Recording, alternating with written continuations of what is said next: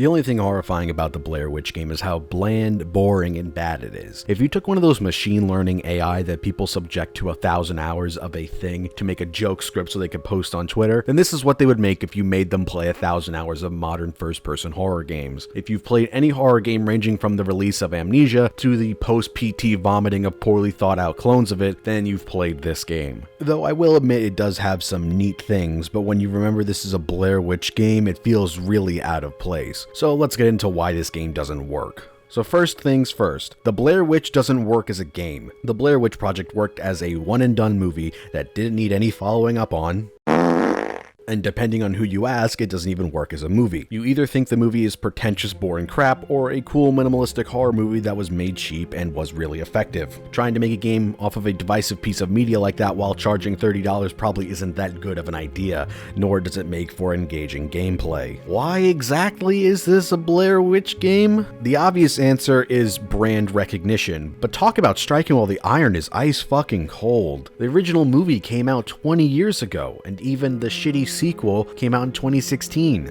Admittedly, this game is more in line with that movie than Project, which is probably why they basically have the same cover and Project isn't in the title. It also straight up rips scenes and sequences right from the movie, which leads me into this is barely a Blair Witch game. Most of the game isn't about the Blair Witch. Huge chunks of the game are about a PTSD suffering war veteran being tormented by the guilt of his actions while he has panic attacks in the woods with his robotic looking dog, while he tries to find a kid who's been abducted by a serial killer, I guess. If you changed the title of the game and removed the one-off reference to the Blair Witch and the movies at the very start of the game, then for about 80 to 90% of the game, it feels like its own thing. Rarely ever did I go, yeah, this is really invoking the Blair Witch feeling. Yeah, this is definitely a Blair Witch game. Which I feel like is something that you should try to accomplish when you're making an established IP-based game. I'm honestly convinced that this was supposed to be its own thing, and then they got the Blair Witch rights, or they got contacted to make a Blair Witch game, and they're like, fuck it, just graft on the Blair Witch into our game that we're already working on. And the biggest reason for that is because what exactly is there to make in a Blair Witch game? In Blair Witch Project, some rocks got moved around outside of their tent during the night, and the campers may have heard some noises while they were sleeping. Then they go to a spooky house and the camera gets knocked over while a girl screams looking at a friend in a corner, and it's open to interpretation of what truly happened. So that brings me back to point one of the Blair Witch doesn't work as a game. It really doesn't help that the game looks and runs like shit in a lot of areas. While I didn't run into any crashes, the game just has tons of technical issues. The game runs noticeably worse during daytime and lighter sections of the game, which there are quite a few of them, and it only runs really smooth, like a solid 60 when it's pitch black. The game is also pretty ugly. Playing it on high, the textures are still blurry and murky. Low poly shit is everywhere, and it really stands out, like when I saw things that were clearly not finished loading in. Noticeable area seams or loading areas where you could walk back and forth and see the terrain change right in front of you.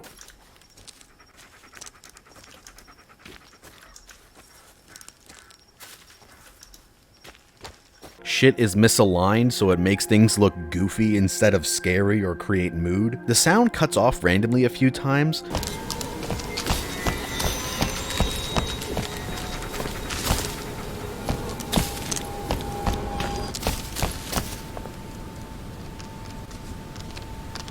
I just stood here looking around going, oh god, did it really just cut out? Baffled in disbelief that it had such a hard cut like that, and then sound didn't return for minutes at a time. Also, like every game where you walk around and there's context-sensitive dialogue, the game constantly cuts itself off with different shit all the time trying to all play at once. So you're better off just standing still once words are being said by anybody. For a game with a huge focus on your dog, you'd think that they'd make it not look so stiff and robotic. What really doesn't sell me on the dog and takes me out of the game every time I see it is its eyes. They looked glazed over. The dog looks taxidermied. Though I will give credit where it's due that this game probably has the best subtitle settings I've ever seen in any game, allowing you to change the size of fonts, allowing you to change the color of text and add names or remove names, along with having a shadow behind the text. It's really nice. I wish every game had those settings. The writing in this game is just so fucking generic. Since they have so little to work with, most of this game is just cliche writing, with tons of tropes you've seen that are done to death. Like I mentioned a minute ago, you play as a PTSD suffering war veteran, so not only does it have the I got my unit killed trope, but it also has I killed an innocent person by accident trope, which is revealed at the end of the game, but it's pretty obvious the whole way through. Every story beat is the most predictable shit you can see from a mile away, and it doesn't help that all of the dialogue reads like schlocky, been there, done that horror movies that you pick up at the bargain bin for $1. Wow. Okay. You think that's a good idea? Why wouldn't it be? You know why? You know what? Never mind. You're right. Maybe I shouldn't have called. You don't leave by nightfall, you might not leave at all. Then let's find that kid and get out of here. Anyone check that place? What place? Oh, that place. If you think you got some obligation to be here, you don't. I mean, I know it's his brother and all. You know, back during the Revolutionary War, there was this witch. She'd kidnap the local children, suck on their blood and whatnot. When they finally caught her, they hanged her on one of those trees. Ingram, do you ever shut up? If you've seen any of those really low budget mid-2000 horror films that everybody's pretty much forgotten about but you occasionally see pop up on Netflix or in a bargain bin at Walmart, then you know exactly the type of dialogue I'm talking about. It's that really done to death, you're thrown into the middle of a character's life, so they have that really vague lines that imply things have happened to them. So the player character's like, I'm better now, / it won't happen again, or the doctor says, or the incident, the accident. Jess, who at the start of the game you don't know if it is your girlfriend or ex-wife or wife, where she's like, you know why I think you shouldn't be out here in these woods. And everyone just talks to you like, clearly there's something that happened, there was some sort of incident, and as soon as you open your wallet and I see that there's a US Army pin and the text from your doctor and everybody being really weird around you, I knew right away you were a vet who was suffering from PTSD and either killed your unit accidentally through an ambush because you were incompetent or negligent, or it was just bad luck, or you killed an innocent lady or a kid trying to survive. And it turned out they did both, and then threw in the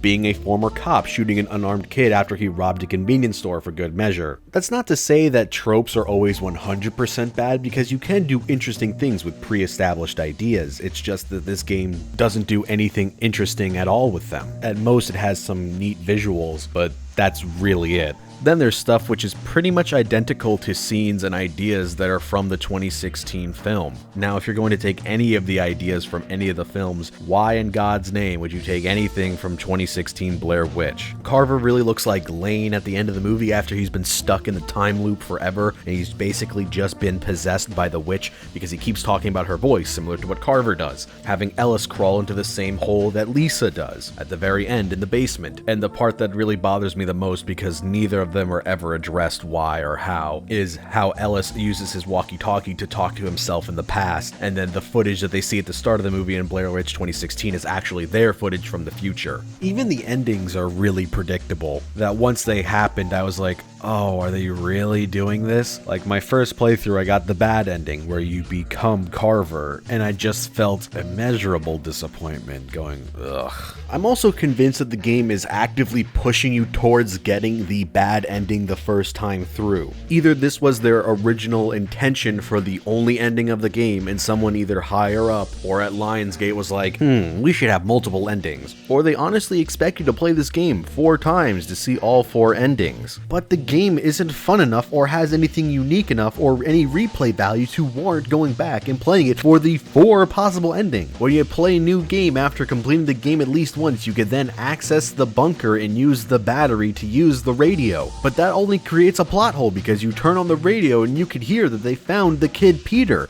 But you do this at the start of the game, and for the rest of it, your character is just like, I gotta find Peter, we gotta rescue Peter, and he completely ignores the sheriff because he's like, I gotta find the kid, I gotta find the kid. But you heard the radio going, they found Peter on the road.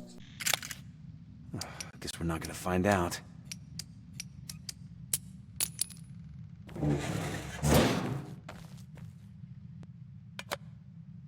Missing 9-year-old Peter Shannon has been found alive after 3 days of search. Police report that the boy was found wandering alone near Black Rock Road.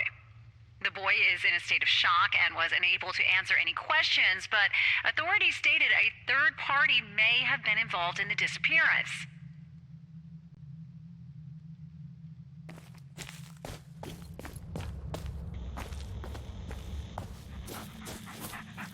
There it is.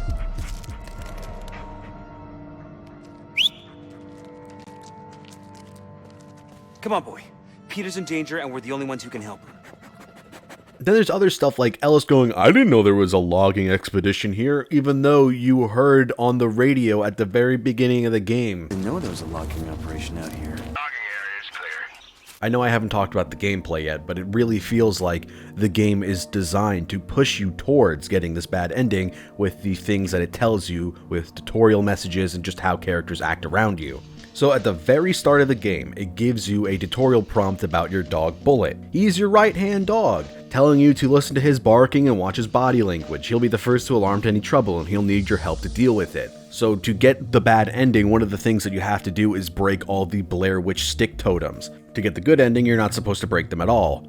But Bullet is actively in pain, whimpering, or barking in fear at them, or agitated by them. So I don't understand after reading that how you're ever supposed to get the inkling of, maybe I shouldn't break these. The only reason why I know that you're not supposed to break them is because I read online about it after I beat the game, going, well, that probably is the bad ending. Your character even goes, it's okay, Bullet, it's okay, it's gone now, when you break them. I don't understand why that would push you towards getting a bad ending. Other than in the 2016 film, they broke one of the totems and accidentally killed the redneck girl that was tagging along with them like it's some sort of voodoo doll. The other thing that pushes you towards a bad ending is fighting and killing the monsters, which I didn't know there was even an option to not fight them, because after the first encounter you have with the monsters, you get a tutorial prompt saying to pay attention to Bullet's behavior. His growling will alarm you of danger lurking in the dark. During a fight, keep him close. He'll be able to locate enemies, but if left alone, will be vulnerable. I guess that's my fault for not thinking that you could just stealth these enemies that you can't even fucking see in the dark. Like, I attempted it here, and I just died. I couldn't see where they were. I couldn't tell where I was going. I was just getting attacked in utter confusion going, man,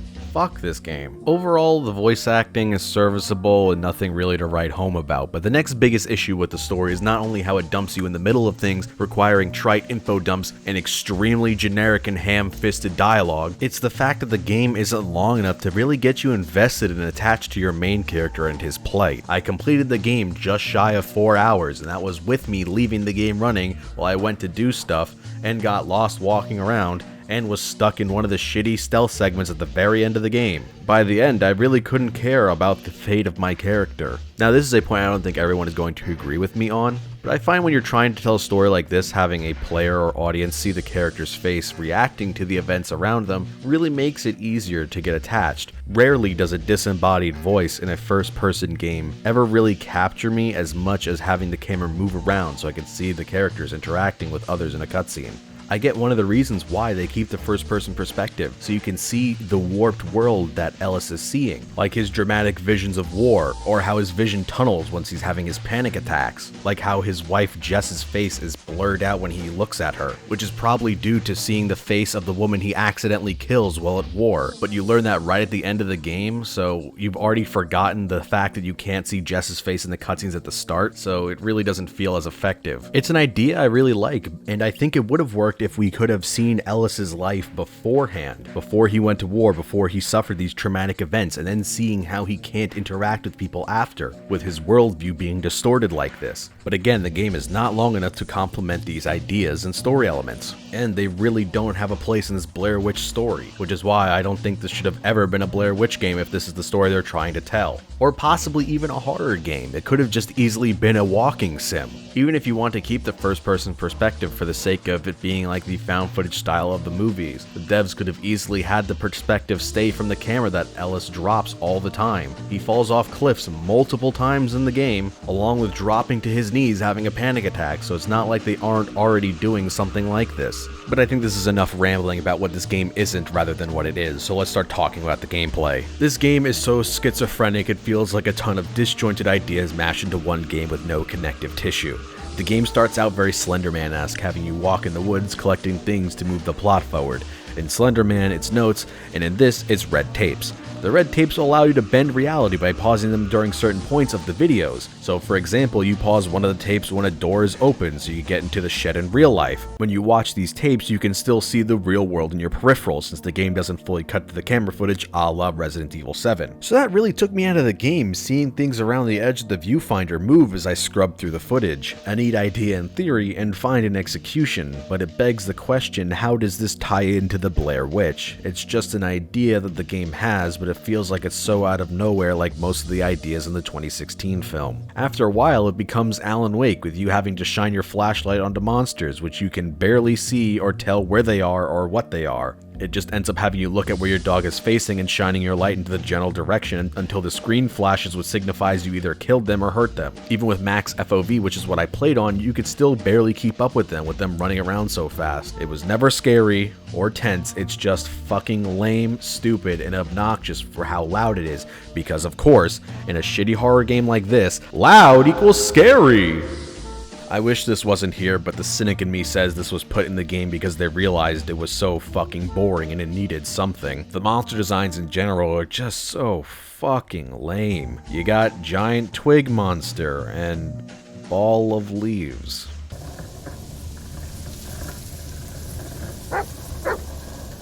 Then once you get to the iconic house, it becomes another impossible space roller coaster horror ride that feels like it wants to be PT or the kitchen demo of Resident Evil 7 so bad. It's about 45 minutes long and it feels so repetitive and drawn out that it loses all effectiveness, that it manages to strike in some areas. Like I really enjoyed the sequence where you had to hide in the corner from the Blair Witch and the game fights you to turn around and you have to actually stop your character from turning around. It was really cool, and I liked the idea that you had to fight against your own curiosity and listening to the thing in your ear telling you to turn around. This is where the game stops being Alan Wake because the flashlight now angers the monster in the house and it becomes a shitty stealth game, requiring you to follow the sperm stains on your UV camera, and you can't look at the monster at all or it gives you a game over. And the monster looks eerily similar to the Blair Witch that's in the 2016 film, a lanky wannabe necromorph. And then the horror roller coaster comes to an end, and just like most rides at amusement parks, you feel unsatisfied. And then the credits roll. Now you may be thinking I'm being awfully harsh for this piece of shit game, but I think it's fair because I looked up what these guys made, and they're the makers of Layers of Fear and Observer.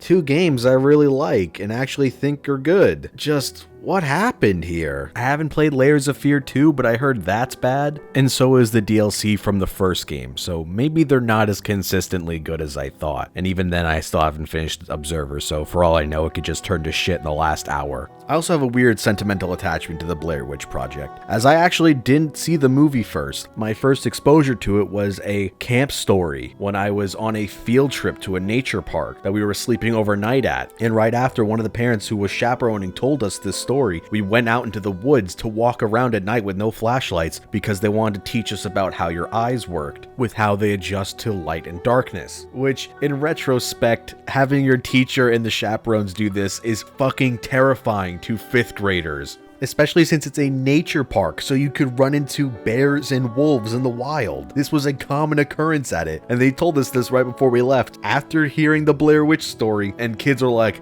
oh my god, we are going to fucking die. And then I watched the movie after this and I was like, wow, this is amazing. This was great. So I do have a strong sentimental feeling towards the original movie. And it disappoints me to see that this keeps getting fucking dragged down with stupid shit like this and the fucking reboot or remake or whatever the hell you want to consider the 2016 film. I didn't even bring it up until now, but this game has the binaural audio feature, just like Hellblade: Senua's Sacrifice, but it's so non-existent for 90% of the game. The only time it ever really stood out was at the horror ride in the house at the end of the game. More than anything, it felt like a back-of-a-box bullet point to sell you on it, like, oh, it's binaural audio! Just like how you go to the Steam page and its icon is just a bunch of high scores from Literal Who's and IGN. It got a 9 out of 10 from God is a Geek. It got a 4 out of 5 from trusted reviewers. I don't think they're all that trustworthy if they gave this a fucking 4 out of 5. Next, you're gonna tell me they think Goddamn Ride to Hell is a 10 out of 10. And they got an 8 out of 10 from Game Reactor? Who? This game is absolutely not worth $30. It's bad and you should stay away. The only people who should play this are people who intend to make horror games. So play this, Outlast 2, and Agony, and just know that this is what you should not do when making a horror game, especially a first-person horror game. This game is schizophrenic with what it wants to be. It tries to be Outlast, it tries to be Alan Wake, it tries to be PT, and it's probably on the same tier as Outlast 2, maybe slightly below it, but that's not a very high bar. If this game came out 2 or 3 years ago, closer to the release of the reboot, which was before the real big boom of the PT cancellation clones, because PT had only been canceled for about a year at that point, and had a more focused gameplay design, maybe I wouldn't be as harsh as I am on this game now, because 2 to 3 years ago, I still enjoyed the PT clone formula, but now I'm just sick of it. It's done to death. I just want some new fucking ideas. I'm tired of every horror game trying to be PT. If you've made it this far into the video, I just want to say thanks for watching. This is hopefully one of 3 the Halloween-themed videos I'm trying to get out before Halloween. After those 2, then I'm finally going to make the GX video. People keep asking. I keep saying at the end of every video, it's coming after the Halloween stuff. If you like the channel, please support me on Patreon. Ad rev has been terrible lately, so anything to support the channel is very much appreciated. Even just sharing and liking the videos, because 90% of my viewers come from the suggestion box on the side. As always, thanks for watching, and see you guys next time.